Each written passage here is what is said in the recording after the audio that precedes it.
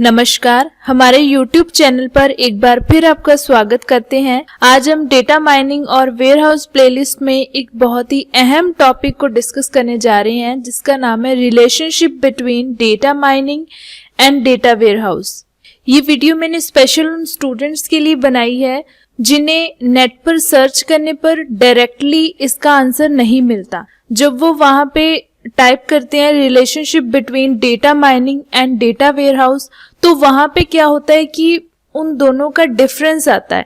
तो इसलिए आज हम इस वीडियो में पहले डेटा माइनिंग और डेटा वेयरहाउस का रिलेशनशिप जानेंगे, तो उसके बाद इन दोनों के बीच में जो डिफरेंस है उनको डिस्कस करेंगे। तो चलिए शुरू करते हैं आज की video. Relationship between data mining and data warehouse. Data mining और डेटा वेयरहाउसिंग में जो रिलेशनशिप है वो सिम्बियोटिक हो सकता है।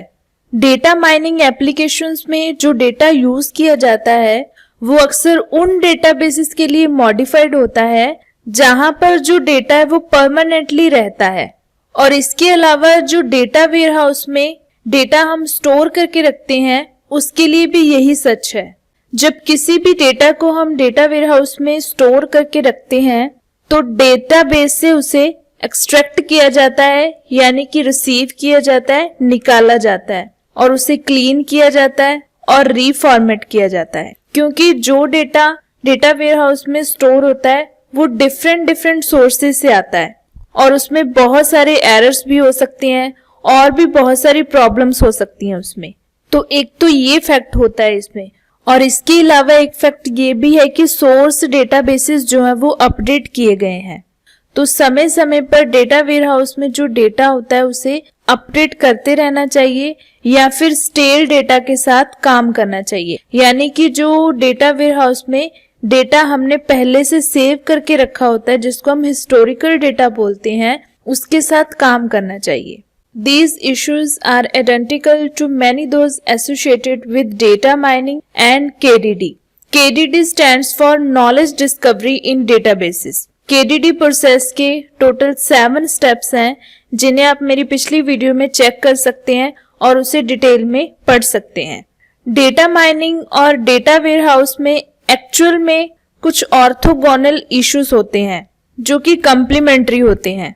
डेटा वेयरहाउस में types of applications, massive amount of data और डेटा माइनिंग एप्लीकेशंस का उपयोग डिसीजन सपोर्ट सिस्टम्स के लिए एक बहुत ही इम्पोर्टेंट मीनिंगफुल इंफॉर्मेशन प्रोवाइड करने के लिए किया जा सकता है।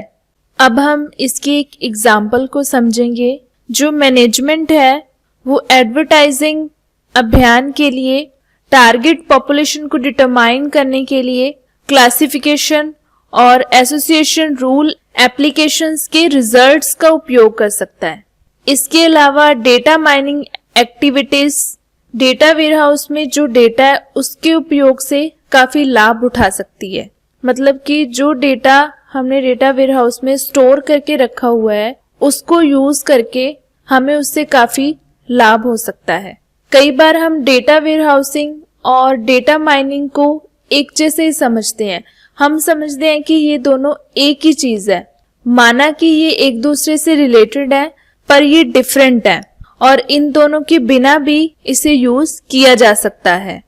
अब हम डेटा माइनिंग और डेटा वेयरहाउस के बीच में डिफरेंस को समझेंगे। डेटा माइनिंग डेटा के अननोन पैटर्न्स को एनालाइज करने का एक प्रोसेस है, जबकि डेटा वेयरहाउस एक डेटाबेस सिस्टम है जिसमें ट्रांजैक्शनल वर्क करने की बजाय डेटा को एनालाइज करने के लिए डिजाइन किया गया है।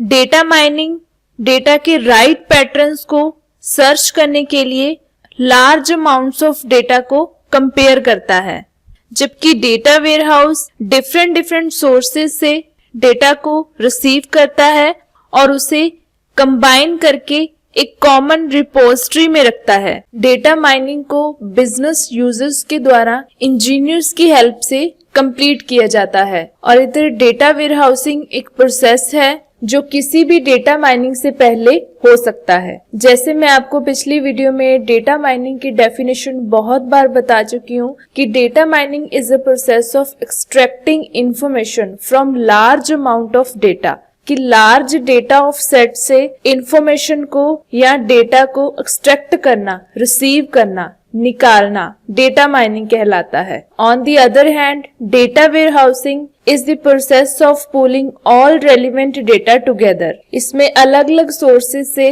रेलिवेंट डेटा को इकट्ठा किया जाता है और उन्हें एक ही जगह पर स्टोर किया जाता है। डेटा माइनिंग टेक्निक्स का मोस्ट इम्पॉर्टेंट बेनिफिट ये है कि ये सिस्टम के एरर्स को डिटेक्ट करता है और आइडेंटिफाई करता है। और डेटा वेयरहाउस की एडवांटेज ये है कि ये समय समय पर जो डेटा होता है वो उसे अपडेट करता रहता है। यही कारण है कि ये बिजनेस ओनर के लिए बेस्ट और लेटेस्ट फीचर है। डेटा माइनिंग जो है वो इम्पोर्टेंट फैक्टर्स के लिए सुजेस्टिव पैटर्न्स को क्रिएट करने में हेल्प करता है, जैसे कि buying habits of customers, products, sales, ताकि जो कंपनीज हैं वो ऑपरेशन और प्रोडक्शन के लिए कुछ नेसेसरी एडजस्टमेंट्स कर सके। डेटा वेयरहाउस जो है वो इंटीग्रेटेड होने पर operational business systems like CRM systems उसमें एक एक्स्ट्रा वैल्यू को ऐड करता है। जो डेटा माइनिंग टेक्निक्स हम यूज करते हैं वो कभी भी 100% एक्यूरेट नहीं हो सकते। कई बार इन टेक्निक्स को यूज करने की वजह से बहुत ही सीरियस कंडीशंस जो है वो क्रिएट हो सकती हैं। इन दी डेटा वेयरहाउस इस बात की बहुत अधिक संभावना होती है कि ऑर्गेनाइजेशन के द्वारा एनालिसिस के लिए जो डेटा इम्पोर्टेंट था वो वेयरहाउस में इंटीग्रेट नहीं हो सकता। तो इसकी वजह से क्या हो सकता है, बहुत आसानी से जो हमारी इंफॉर्मेशन है या कोई बहुत इम्पोर्टेंट डेटा है वो लॉस हो सकता है। ऑर्गेनाइजेशंस के द्वारा डेटा माइनिंग बेस पर जो इंफॉर्मेशन कलेक्ट की जाती है ग्रुप ऑफ पीपल्स के खिलाफ उसका मिसयूज किया जा सकता है। और जो डेटा वेयरहाउस है उसे लार्ज IT प्रोजेक्ट के द्वारा क्रिएट किया जाता है, इसलिए इसमें हाई मेंटेनेंस सिस्टम इन्वॉल्व होते हैं जो कि medium to small scale organisations के रेवेन्यू को प्रभावित कर सकती है। आफ्टर सक्सेसफुल इनिशियल क्वेरीज जो यूजर्स हैं वो और भी कॉम्प्लिकेटेड क्वेश्चंस पूछ सकते हैं, जिससे क्या होता है कि वर्कलोड जो है वो इंक्रीज हो जाता है। इधर डेटा वेयरहाउस को इम्प्लीमेंट और मेंटेन करना कॉम्प्लिकेटेड होता है। ऑर्गेनाइजेशन इस एनालिटिकल टूल से लाभकारी और यूजेबल नॉलेज बेस्ड इंफॉर्मेशन को इक्विप करके लाभ उठा सकते हैं। डेटा वेयरहाउस में large amount of historical data store होता है, मतलब कि जो डेटा हमने बहुत टाइम से वहां पे स्टोर करके रखा होता है और उसमें से जिस डेटा की हमें जरूरत होती है उस डेटा को हम उसमें से रिसीव करते हैं, एक्सट्रैक्ट करते हैं और उसे एनालाइज करते हैं। आज की वीडियो में बस इतना ही। हमारे और सब्जेक्ट्स की वीडियो को देखने के लिए हमारे चैनल को सब्सक्राइब करें, शेयर करें और बेल आइकन को प्रेस करना ना भूलें। इसके अलावा आप हमारे चैनल पर कॉस्ट्यूम डिजाइन से रिलेटेड बहुत सारी वीडियोस को देख सकते हैं, जिसकी हेल्प से आप किसी भी टाइप के फैब्रिक से एक अच्छा गाउन बना सकते हैं या एक बहुत ही अच्छा सूट स्टिच कर सकते हैं। हमारे कॉस्ट्यूम डिजाइन की वीडियो में हर एक डिजाइन की मेजरमेंट्स जो है वो दी गई हैं, जिसकी हेल्प से आप किसी भी तरह की ड्रेस को कट कर सकते हैं। तो मिलते हैं अगली बार एक और नई वीडियो के साथ। Have a nice time. Thank you very much.